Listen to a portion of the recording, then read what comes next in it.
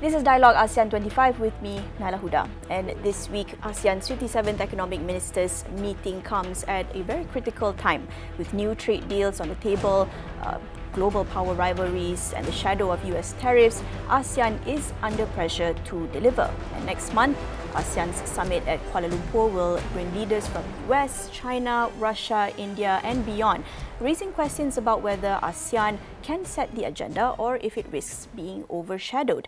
And today on Dialog ASEAN 25, we want to ask the question, can ASEAN deliver, or will issues of divisions, rivalries, global power issues hold it back? And to help us unpack and address some of these questions, we have joining us in the studio and online. We have in the studio Dr. Julia Roknifard, Senior Lecturer, School of Law and Governance from Taylor's University, and also Collins Chong, Foreign Affairs, Security and Strategy Analyst from University Malaya. And joining us online, we have Dr. Fithra Faisal Hastiadi, Expert Staff and Spokesperson on Economic Issues at a Government Communication Agency. Thank you so much, everyone, for joining us today on Dialog ASEAN 25. A lot, of course, to discuss. But before we go into the ASEAN Summit, of course, a lot of eyes on that. We do want to look at the Economic Ministers Meeting this week. At the time of recording, today on Wednesday, we're still right smack in the middle of these meetings. But I think before we came into this, Collins, I asked whether there would be anything substantial in the next few days, and you said not much. So expectations and what has come into fruition so far at the Ministers Meeting this week. Just some general thoughts. Yeah, we have seen how the responses by ASEAN leaders have been fragmented in terms of the responses to the tariff measures. As much as we want to have this cohesive, action being taken in terms of the in projecting ASEAN unity as a response to the tariff measures by Trump, we have not seen that yet, and we have this kind of fragility in terms of the ASEAN mechanism in how best to respond to this, because we have seen how each country has its own national interest, has its own policies and affiliations to the US and China to consider. And as much as we have wanted to project this unified image and perception, we have seen that it has not come to fruition. In terms of, Vietnam was among the first to respond to the tariff measure. And, these fragmented approaches by different countries are, trying to appease to Washington, saying that, look, we have, what it takes now to have this kind of a more, a fairer system, a more just kind of trade system with Washington.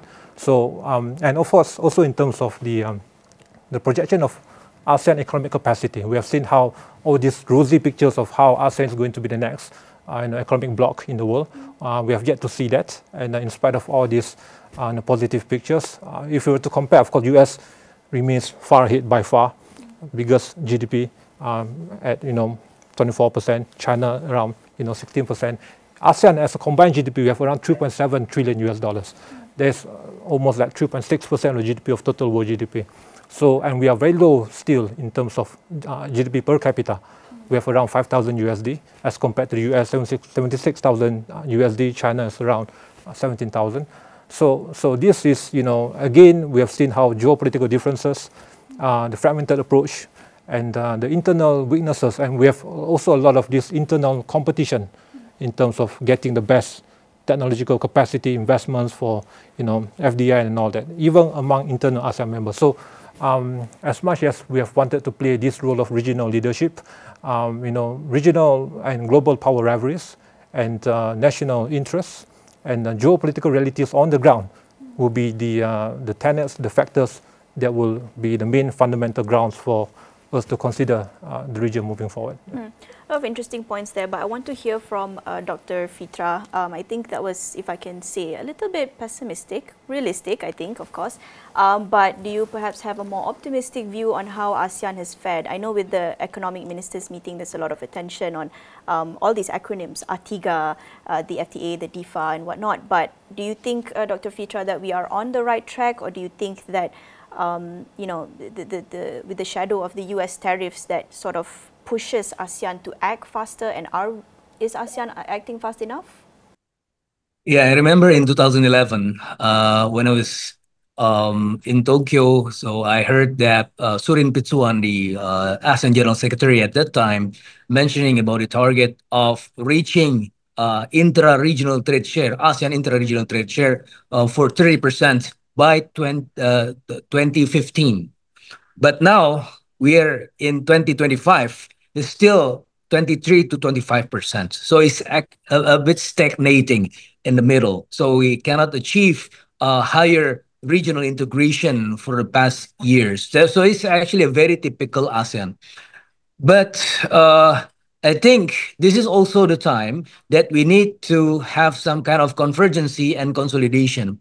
Because as President Prabowo mentioned earlier in the United Nations General Assembly, yeah, a famous quotation from Thucydides, um, the, the strong do what they want, the weak suffer what they must.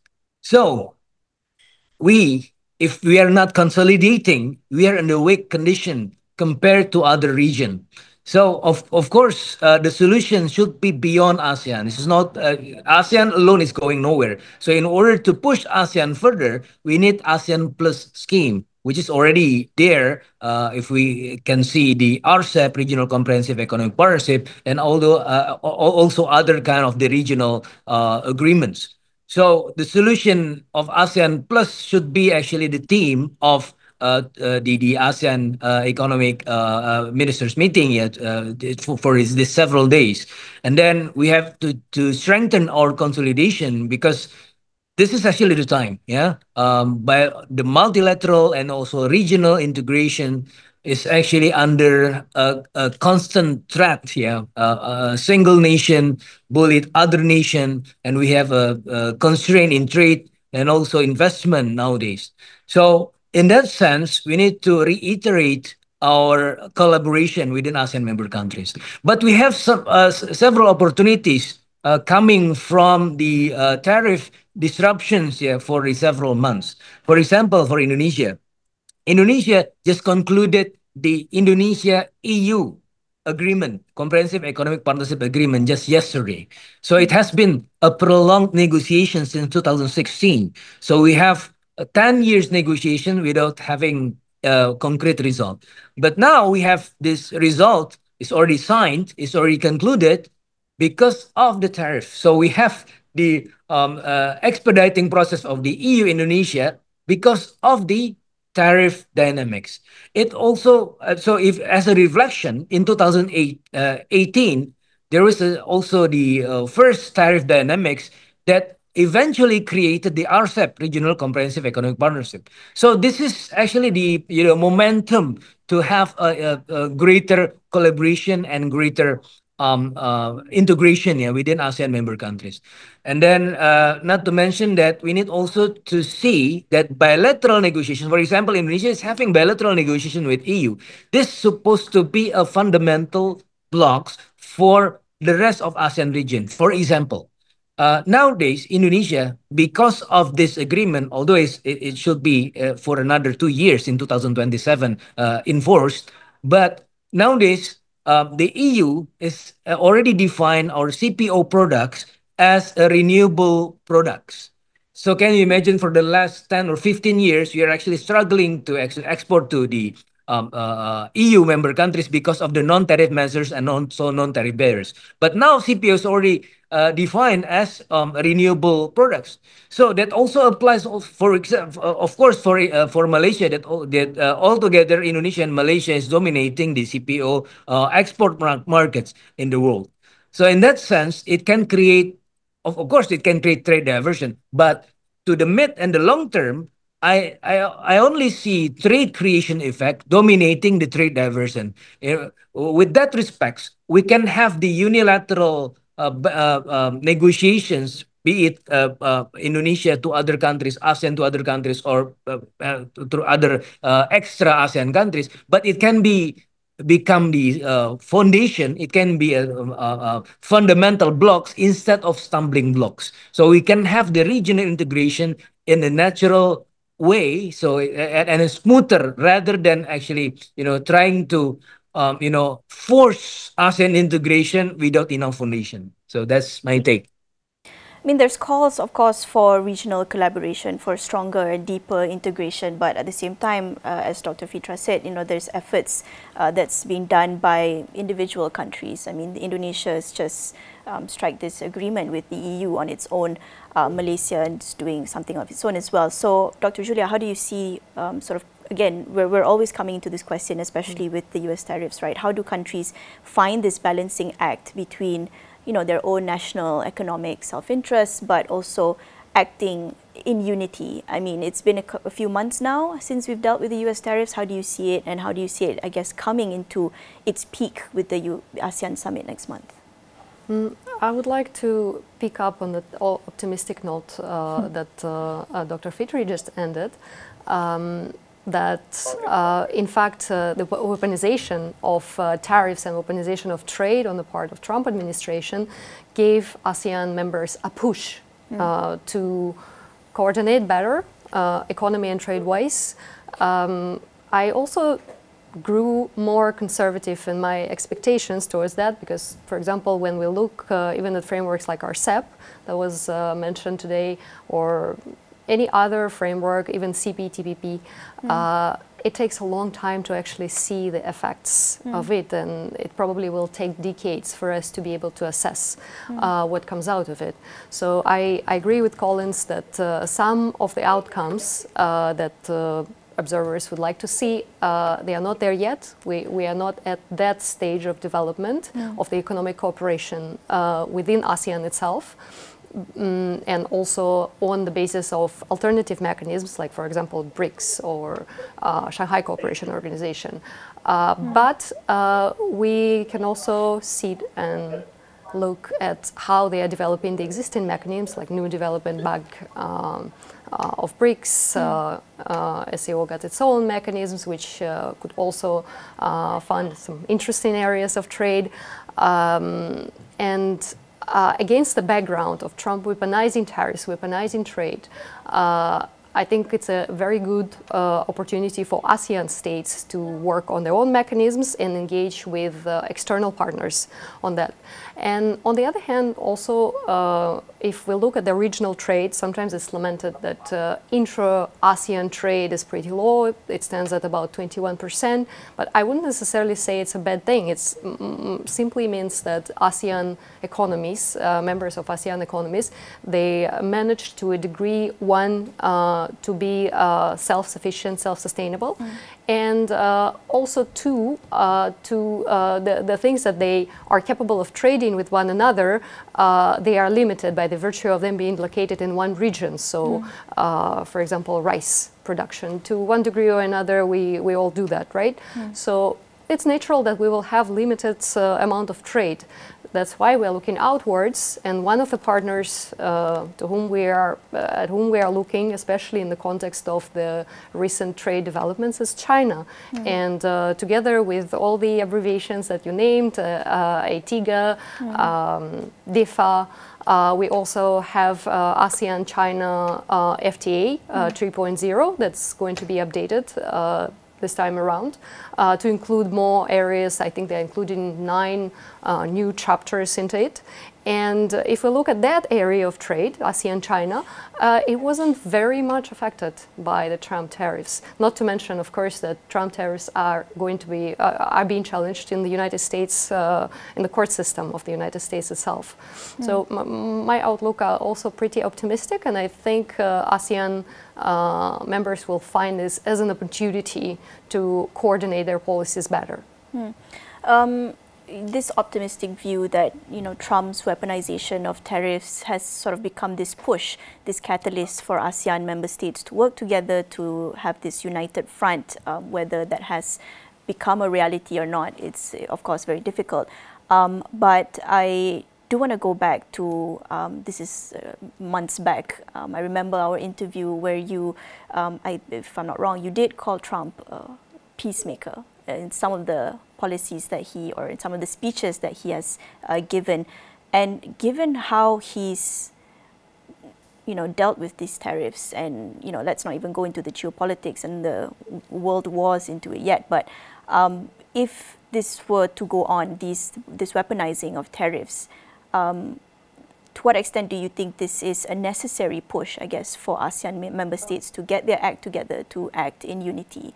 And do you think that it's healthy for the global economy to work in this sort of mechanism?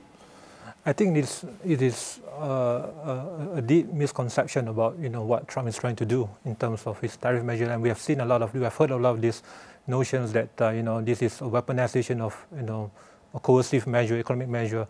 It is actually to reset the global trade order. It is actually to to balance things that have been imbalanced for decades now. He is right when he argued that nations have been taking advantage of the U.S. in terms of how they have been taking Washington as a piggyback in terms of getting these needed defensive assurances, security umbrella, but without paying their fair share in terms of providing their own increased defense spending, and also of course taking advantage of the trade system in terms of the trade deficits and all that. So we have to remember that U.S. is the biggest consumer market in the world. They have per annum alone, they imported around 3.7 trillion USD in terms of goods, and that amount is the same amount of the combined GDP of all ASEAN nations. So that implies that and most of ASEAN nations still rely a lot on the US market in terms of also getting the needed FDI, tech transfer, capital resources, and all that. We have seen also, I would like to touch upon some of the points raised earlier, that of course we have seen how the disparity in terms of the policies among ASEAN members. In terms of the intra-trade, we have around 20-25%. As compared to EU, we have almost 60%. We have a lot of this internal trade and non-tariff barriers also among ASEAN members.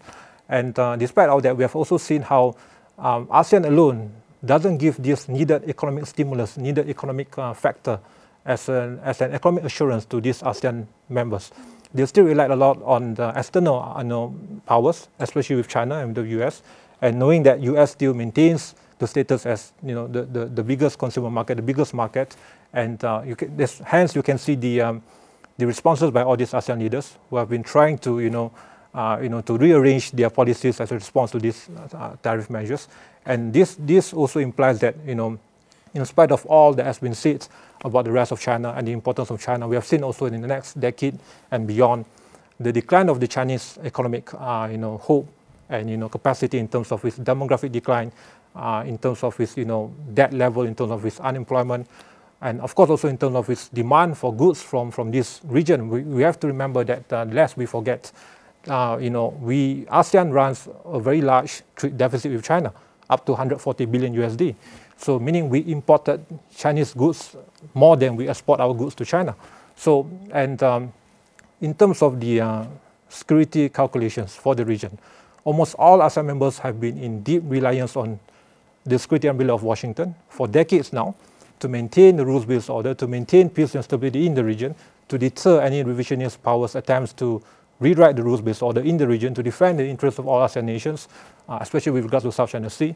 But on our end, how do Washington see us, right? And of course, ASEAN is seen as very much a lost cause to Washington because of our reluctance to increase our defense spending, and our reluctance and our being entrapped by this notion of ASEAN's centrality, neutrality, hedging, balancing, whatever you want to call it. And it is a known fact that, of course, we rely a lot on the Chinese market, on the Chinese economy to a large extent, but without having this reciprocal intention to do the same for what the Americans have been trying to do for the region in terms of also the amount of investments, the amount of tech transfer, the amount of security assurances being given to the region. So we can see that the amount of the GDP defense spending of the region is still very much low. And we don't have yet the capacity, the resources, the political will needed to ensure that we align very much with the overall regional interest of maintaining peace and stability, which can only be assured by historical legacy and perspective and track record of how Washington has been doing that to the region and to the global community as a whole. So this is how I see how Trump sees us, right? So if we were to make a very wrong move of trying to have this cohesive stance, very antagonistic stance towards Trump in terms of, look, we are now in ASEAN, we have our own autonomy, we have our own independence in foreign policy making, we have our own power to dictate our own hope and future of the region. Also sending a very wrong message to Trump, saying that, look, we also want your presence here. We don't want you to be driven away by all these measures. At the same time, we are also free to do our business with China. So this will only increase the risk of, Trump's transactional approach of seeing this region does not offer very much to us in terms of how we see the region, in terms of how we have given to this region. So this is the risk that I think will be very dangerous for the region in terms of all the polemics and the rhetoric about, how we see the US, how we see Trump. So a lot of these misconceptions about Trump, and I would argue that, the presence, the policy of Trump to reset the tariff order will be beneficial to the region because he's trying to save the US economy. So by maintaining the primacy of the US market, we are at the positive end because we have been exporting our goods and all that to the US, and therefore, our going forward in the next few decades, US will still maintain its own economic power in terms of demand, in terms of course, also hard power supremacy, and that will spell positive effects for the region as compared to the decline of China. Dr. Julia, did you have something to add or some of your thoughts on that? Yeah, definitely. I don't think that we could potentially send any wrong message to Donald Trump because, to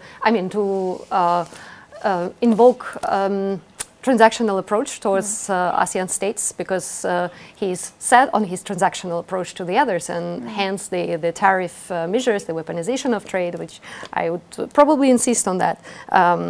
And also the Trump is a MAGA guy. America first policy. So I don't think he cares much about ASEAN as a region. And what defines American presence here in terms of also guaranteeing our security of the ASEAN states, which we heavily rely on the United States, are strategic considerations. It's not even Trump's personality that we suddenly disappoint him by saying something unpleasant and he will turn away. If we were to think this way, I guess Prime Minister Anwar Ibrahim visiting Russia and Vladimir Putin rolling out the red carpet in front of him would already have disappointed Trump, but it actually didn't. Right, so there are strategic considerations for the United States in this region, and Washington is not going to turn away that easily. And I guess it means being honest when we say that we do rely on the United States in terms of security. But when it comes to economic and trade issues, it's true that China is a major trading partner for all of us, and ASEAN as a grouping is also one of the major trading partners, trade partners for China. I think 16.5% for the first quarter of 2025, as per China customs data, was ASEAN trade in the total foreign trade of China. So I don't think there can be wrong messaging. And in fact, Prime Minister Anwar Ibrahim is hoping to bring all those leaders together to also score, rightfully so, his own points in bringing these parties who have their own conflicts and disputes with one another, Russia and the United States and China, United States and India. And at the same time, I think what needs to be added is that ASEAN navigated it pretty well so far in terms of tariffs and how we reacted to that, because we are not ideal. We're standing at, in Malaysia, for example, 19%. I think Dr. Fithri would confirm Indonesia also about there. So more or less it's just Singapore who made it to 10%, understandably. But we are not at the level of India and Brazil with 50%. So there is a very large margin of disappointment with Donald Trump, who looks at totally different factors in his decision-making. Dr. Fithra, your thoughts on this? Do you think honesty is the best policy in this case when ASEAN negotiates its tariffs, or how it has negotiated so far? Do you think that Trump's feelings should be considered in these negotiations? Your thoughts? Yeah, I think so. In terms of negotiation, of course, we need to include multiple and complex situation. But in a formal meeting, feelings is not a very quantitative measure. As an economist, we cannot quantify feelings, right? So what we need to see is actually what are actually the economic indicators. So we negotiate based on that. And then for another further and careful review, that coming back again to the ASEAN growth factor. So 10 or 15 years ago, um, so to grow 6, 7, or maybe 8% is just at our fingertips. But nowadays, to grow more than 5% is quite hard. So ASEAN, which was actually in the earlier days, was actually very youthful, vibrant. Now we are fading away. The spirit is actually almost gone. But so in that case, we need to revitalize that kind of spirits, the youthful spirits, the engine of growth through the global production network. So in a sense that we need to ASEAN member countries needs to further participate into the global and then also regional production network in order to increase the growth factor. But nowadays, we are seeing that deglobalization, deregionalization is actually on the way. So this is actually the right uh, time, yeah, to reiterate and to actually bring the roadmap further ahead. Because if ASEAN, which is not maturing, most of the matured and developed countries, they're also having a very low growth factor for the last 10 years, but they're already maturing. ASEAN is not matured yet, but now we are fading away. So we need to revitalize that, actually that growth factor for Indonesia. Indonesia is trying to reach beyond 5% growth. Now we are aiming to reach 8% target, because from the Indonesian perspective, by 2038, the demographic dividend will be ending. So we cannot have the growth factor anymore. In order to achieve the growth, or in order to escape from the middle income trap, yeah, we need to grow further. So it also applies for the rest of ASEAN. So we need to actually push growth, to push regional growth, and we need to collaborate all together. And then the solutions will be beyond ASEAN, because again, yeah, ASEAN alone is going nowhere. Where we can see it, yeah, from the early 1990, we have the ASEAN Vision, and then we have the ASEAN Economic Community, and then we have also the Digital Economic Framework Agreement post-COVID. But I think ASEAN, if we are actually among ASEAN member countries, we are quite lenient. We are not actually that very ambitious in reaching the target. But if we would collaborate with other actors, extra ASEAN, for example, with China, Japan, Korea, and also EU, and even with the US, so we can have the pull factor. I remember one time, an economist from Malaysia, when we met in Shanghai in 2016 or 2017. I remember that time Malaysia already, yeah, in place for Trans-Pacific Partnership, and Indonesia is still actually discussing internally whether or not we join the TPP or not. But I remember the fellow Malaysian economist, he said that we need the pull factor, because we see that domestic activities are stagnating. We need other league members, which is actually in the higher league, to push ourselves, to push our governance condition in order to reaching even higher target. So we need to collaborate even further with extra ASEAN member countries in order to move along. I want to ask you to elaborate a little bit more on what that growth would look like, especially not just ASEAN as a whole, if we are seeing GDP collectively, but what about between different ASEAN member states? We're seeing this disparity of growth as well among member states. Is that being considered? Is that a concern for ASEAN member states to grow? I think equally is impossible, but at a somewhat balanced rate, and to address that sort of gap and disparity between countries just within the region. Yeah. So if we see the variation among ASEAN member countries is quite diverse.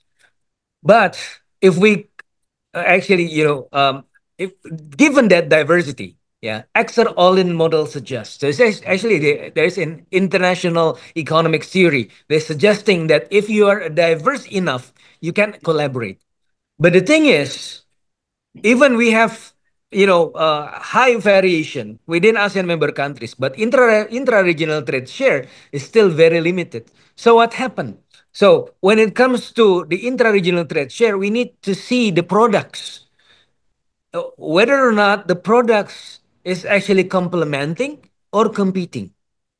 Nowadays, most of ASEAN products are actually competing to each other. So that is why we cannot achieve intra-regional trade share. So, but if we go beyond ASEAN, for example, ASEAN plus 3, yeah. Without ASEAN plus 6, ASEAN plus 3 is already integrated in terms of intra-regional trade share. The intra-regional trade share for ASEAN plus 3 countries, China, Japan, and Korea, is almost 60%. In EU, they have 70%. So almost reaching the intra-regional trade share in EU. So almost having a regional, institutional regional integration, just like in the EU, if we see only for ASEAN plus 3 intra-regional trade share.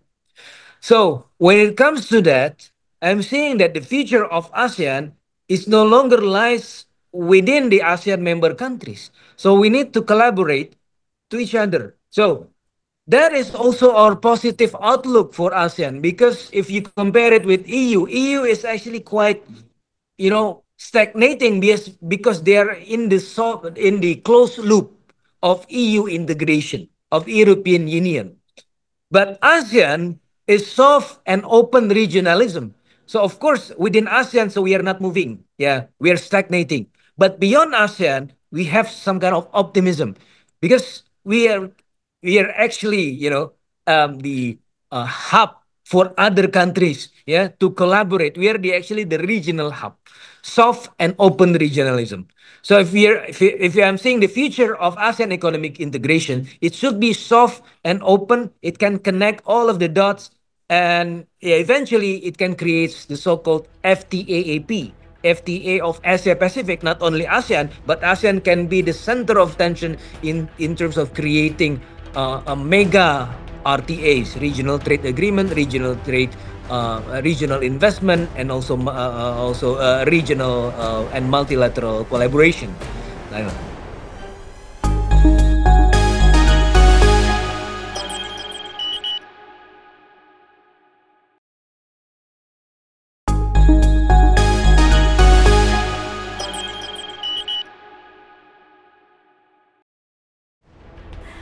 Now, I think we've discussed quite at length about regional trade, but I do, of course, want to touch on the ASEAN Summit next month. Of course, a lot of eyes on that. The world will be looking with the US, China, India, Russia, leaders from all over the world present at the summit. We want to talk about, we've been talking about this sort of optimism versus pessimism about ASEAN, right? How we see it and how the world sees it. But in terms of its capability, its capacity, whether or not ASEAN can truly set its own agenda at the summit, or whether it will become just another stage for global powers to sort of grandstand each other. Colin, so your thoughts on this, just I guess in general, your expectations and perhaps potential pitfalls of the ASEAN Summit. Yeah, before that, I'd like to add on to what Dr. Fithra has argued. Of course, we've seen how the dynamics of ASEAN-China economic linkages, we export a lot of these intermediate goods to China. So meaning they'll be processed in China and they'll be re-exported back to other countries, especially to the US. Hence the importance of the US market in terms of the value chain, in terms of the importance of the values of the goods and products, and also the incentivization of the manufacturing house production back here in ASEAN. So, and we have seen how, as I've mentioned, 140 billion USD in terms of household consumption for the US. And, but if we were to compare, in terms of household consumption percentage to GDP, for China it's around 38%, for US it's around 68%. So Chinese economy is much more, export driven, investment driven, if to be compared to the US, it's more consumption based and all of this, self innovation and all that. So for ASEAN, we can see that we are still very much a middle income region. The same for China. And in terms of demographic advantage, that's why hence I've always repeatedly emphasized on the point that, look, where will we go from here? Where will ASEAN go from here?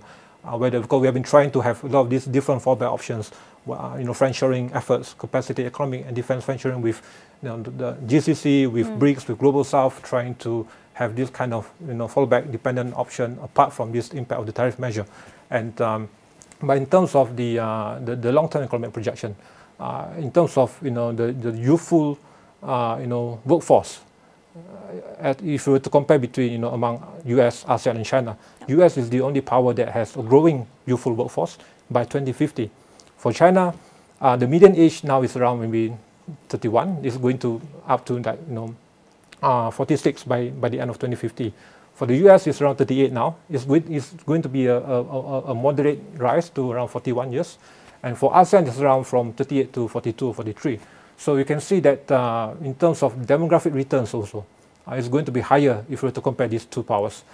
So what is the message being sent here now and then? So we can see that in terms of the total combined economic capacity, the total demand for goods, and especially high-end goods and high-value chain products, and of course also in terms of, if you were to look at the current debt levels of China, 280% ratio to GDP, which is very high for a developing nation, and all these indicators in place, and of course also in internal, of course we have seen that household crisis, debt crisis, unemployment, youth demography, and all that.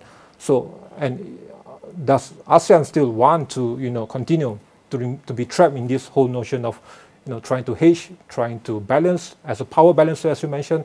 Because we have been doing that for the past 5-6 decades now. We do not yet have the capacity on our own to enforce things, whether in terms of economic regulation, whether in terms of ensuring that external powers comply by rules. Of course, we have, we have TAC, we have all these, confidence building measures in place, but that is all being confined to that kind of mechanism. We don't have yet the hard power capacity to enforce things. We have tried to do that last year in terms of having these joint, deterrence measures by joint patrols and all that. The reality on the ground is that we are still very much reliant on external power support. And for defense is the US, for economy is US and China.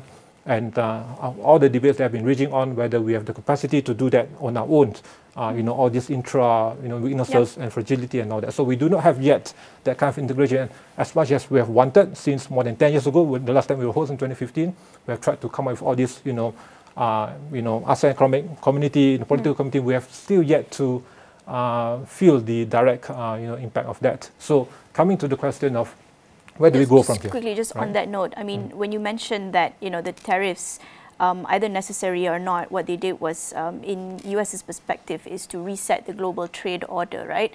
In that sense, does that mean that this order should be in the sense that we do not have to depend on the US anymore? We shouldn't depend on the US anymore to set the rules of the trade? Or is that what you mean? Or what should this order look like? It's the total opposite of what I've been arguing, that we are still very much reliant on the US, and we should continue to stick to the proven status quo of what the US has provided to the region in terms of security assurances.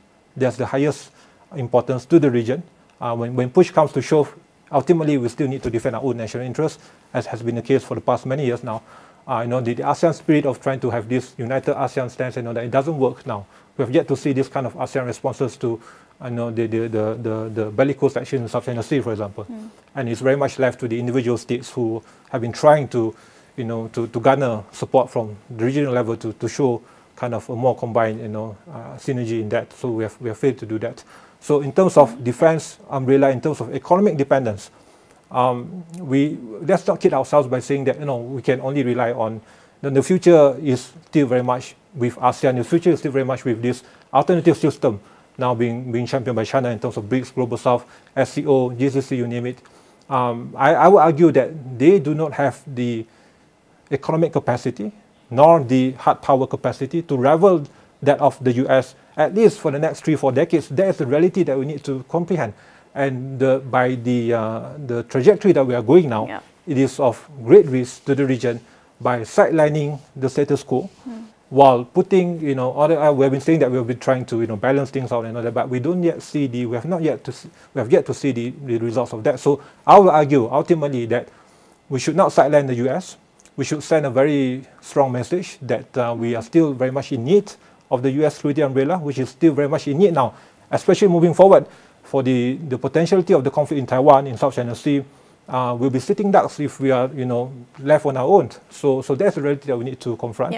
At the same time, our economic dependence will be very much with Washington. And what Trump is doing now is to help to correct the US economy, as has been damaged by his predecessors in the past. And what he has set forth during his first term, now he's going to rebalance, correct that.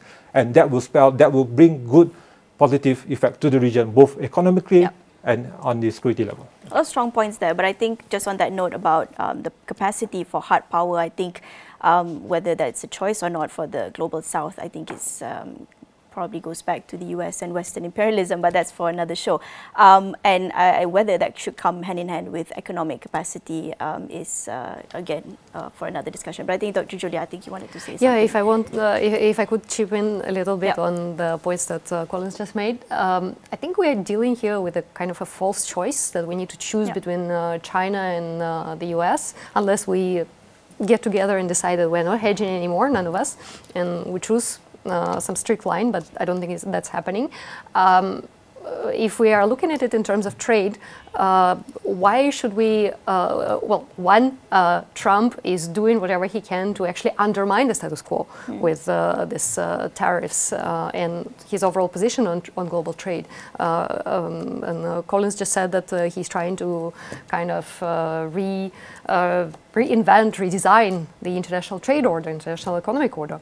And why should we be looking at the United States with these young consumers? You mentioned, what, 30%? And why we are not looking to the Arab world, not to the Middle East, where over 60% of people are 30 years old and below. Yes, it's conflict-ridden, we know that, but there are also areas where we can tap in, the markets where we can tap in, and that's why we just had our ASEAN-China GCC summit to explore those areas. Of course, you could say that the high added value products, it's still the US market that will be consuming them, but with again, this kind of war that Trump waged against this economic global order, will they be able to afford those high-value goods that we are producing? And not like they will stop purchasing it, they will stop consuming it, because we already now here in ASEAN, we became a hub, a re-exporting hub for Chinese goods. What prevents us, let's say, from getting another hub where the goods will be re-exported? Just a situation how it happens with Russian oil, for example. And Trump has questioned himself, the European leaders just now at the UNGA in his speech. So what prevents us from getting another hub and re-exporting those goods to the United States that have a high added value to those who can afford them, which are going to be more pricey? So it's also a false choice between economy and trade on the one hand and security on the other. And I guess that's the essence of the hedging that we're doing here. Trade, it's a status quo that China is a major trading partner for us now. Security, indeed, I would agree with that. Why should we stray away from the US natural strategic desire to guarantee security for ASEAN states? And we can maintain that. And I think we've demonstrated it very well, our neutral status towards everybody, ability and possibility of working with everybody. And that's probably what we're going to see in the October summit, especially if Trump comes, if China, India and Russia leaders will come as well. On that note, Dr. Fithra, I'll leave you with this billion-dollar question, I guess. Do you think it's time for us to rethink the global trade order? Should we stick to the status quo? Should we remain looking towards the West, or is it time for us to consider allies in the global South? So, yes, $1 billion question indeed, because it's very tough. But from Indonesian perspective, we still keep our traditional partners intact, while also seeing that the future of ASEAN lies more to the east, because we already see that this is the Asian century, right? So, and ASEAN is a part of this growth factor, but currently we are fading away. So, but the thing is, we cannot just actually leave behind our traditional partners, just like President Prabowo repeatedly saying that one enemy is just too much, 1,000 friends is just too little. So we need actually to engage more with the world, not to leave anyone behind, but to collaborate. So of course we have several issues with the US, but we are there. We have these tariff deals anyway.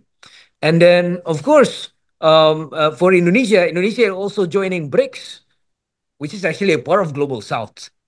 But at the same time, Indonesia also submitting the proposal to be included in the OECD. So both actually working. but we need the convergence. As Richard Baldwin suggests in his book, the great convergence can be achieved between the East and the West if we collaborate. So that's actually my take, Nailah. We were going to discuss the ASEAN summit, and I guess from the perspective of an economist, what would you want to see at the ASEAN summit? Do you want to see these issues of tariffs, trade and economic, these trade barriers taking center stage at the summit? Yeah, of course, of course. And then to be placing a central of the issue, it should be the one that is actually involved non-tariff measures and non-tariff barriers. Because in terms of tariff, we are okay. Yeah, we are quite okay. The tariff bound is actually zero bound. But when it comes to non-tariff measures, so we are actually quite in constraint. So in order to integrate more, we need to actually dismantle this kind of non-tariff measures so we can actually negotiate further with ASEAN member countries. And then, yeah, for the future, we need also to be engaged with the rest of the world, not only ASEAN, but ASEAN as the regional hub, others as spoke. Yeah. Dr. Julia, what do you think are some priorities that ASEAN should set on its agenda for the coming month? They probably already have done a good job on demonstrating their neutrality, as I already said. And also, as I brought this up, if in fact we here will manage to bring, or rather the ASEAN under Malaysia's chairmanship will manage to bring all those international leaders on board, I would say that's already a winning point. With Malaysia demonstrating its capacity to play this mediating role of sorts, because there are many disputes, not conflicts maybe, but many disputes that the great powers would like to discuss, maybe one-on-one on the sidelines of the summit. As for ASEAN itself, if it follows the course that we started off this year, then it should be maintaining the same neutral position. Maybe we won't see that much of the convergence, of the coordination, or emergence of a mechanism, both in terms of trade and economy and security, something that you could hear more voices from here and there, that ASEAN also needs a security mechanism. And I think Collins also brought up this point, that we don't have this. But there is definitely an incentive to that. So maybe major discussions will be taking place somewhere behind the closed doors rather than in public, and we might not see it in the statements. In the statements, I guess we expect more on the economic frameworks, on digital trade, and all the goodwill that the delegates gathered have to present to each other. That's on trade, but of course we can't forget and neglect the geopolitics side of it all. And in the shadow of not just the tariffs, but of course in Palestine, what's happening there, and this growing recognition, this movement, or this wave of recognition for Palestine as a state among Western countries. Will we see this taking center stage at the ASEAN summit as well? I mean, you seem to think that we should maintain the status quo and that we should prioritize US as a partner, but when it comes to this, of course, this is a serious consideration for Malaysia as well, as is on top of the agenda. But how do you think Malaysia then should balance this? Yeah, it shouldn't be a zero-sum game. It should not be at the expense of the other. We have stated very strongly that we have taken a very strong position on this, and the whole world knows that. I foresee that we'll continue to take that stance, especially for the summit next month. And with Trump's presence, I think our leadership will, galvanize this opportunity to show that, look, we carry the voice of the world now, even the Western world, that serious actions need to be taken to resolve this. As what he has resolved now for, he has prevented at least 7 conflicts since he came to power early this year. So this is the ultimate thing that he needs to do. Of course, he has faced some difficulties during the first term, not only for the Palestine issue, but also, of course, with regards to the conflict in North Korea and all that. So I foresee that at least during this term, his second term, he will have this kind of intent, resources, and capacity to ultimately resolve this. And of course, that will also bring a legacy not only to him, but also to the world, and which the world desperately needed. So I foresee that we'll continue that stance very strongly, regardless of our, of course, we have got, enjoyed very good relationship with the US. Still, in this regard, we have our own strong stance on that. So there's no problem in that whatsoever. I'd like to add on some of the points earlier that, in terms of drawing in more fallback capacities for ASEAN, some of the points raised earlier with regards to in courting GCC, BRICS and all that. So in terms of sheer geographical distances and the barriers in place, despite the, all the notion about globalization and all that, we have seen that, of course, despite the advantage of the GCC nation in terms of maybe energy resources, maybe capital, it's still very much limited to in terms of population, in terms of market size. The same goes for like BRICS countries. For Russia, yeah, largely confined now maybe to energy and arms deals for the region. Of course, we have seen some increase, presence in other areas, and of course, but for China, we have seen how also still very much trapped with ASEAN's, capacity.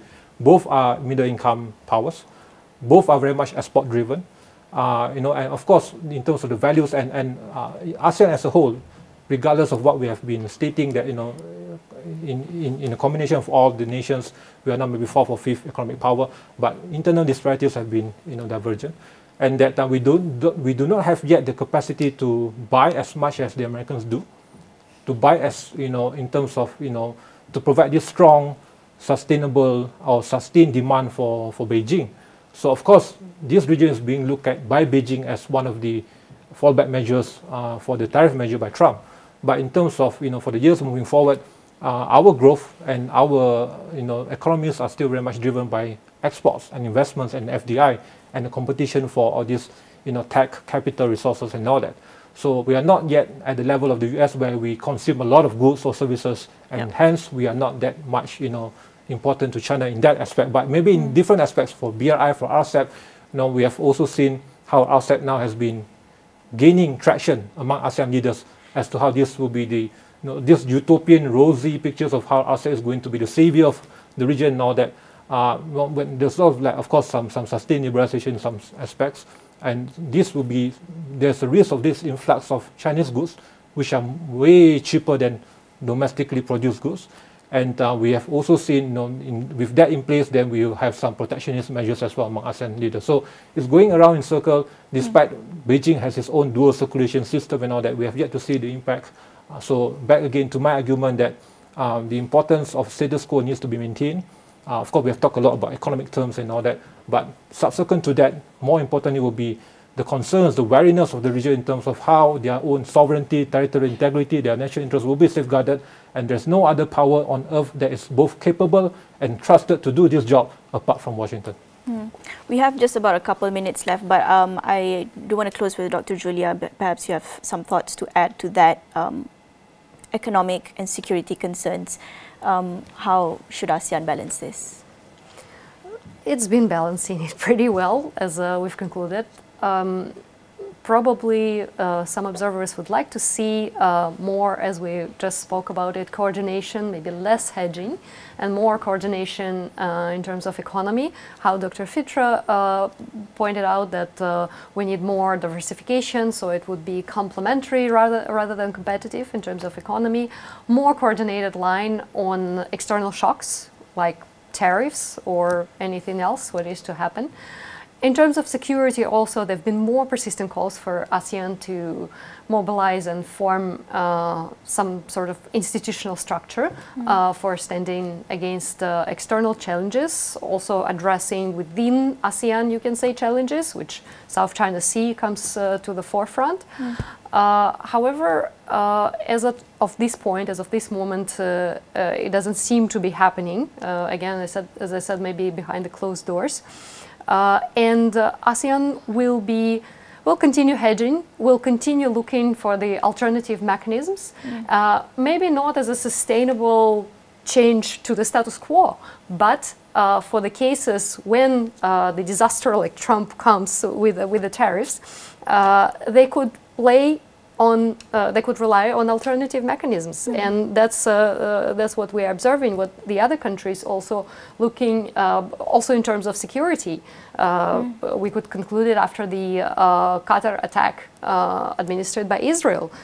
What rules-based order we are talking about? You can't trust anybody in this kind of order. Whose rules? Who dictates the rules? So it's natural that ASEAN states will continue, and along with the documents that they adopted and stated and restated commitment to them, like ASEAN Economic Community is planning to diversify trade towards de-dollarization, maybe not complete one, but to have the security mechanism, the guarantee mechanism that they could fall on something else if this external shock comes into being. So I guess that's what to expect within the short term. Okay, thank you, Julia. Thank you, Collins, and thank you, Dr. Fithra, for joining us. That is all on Dialogue ASEAN 25 this month with me, Nailah Huda. We'll catch you another time.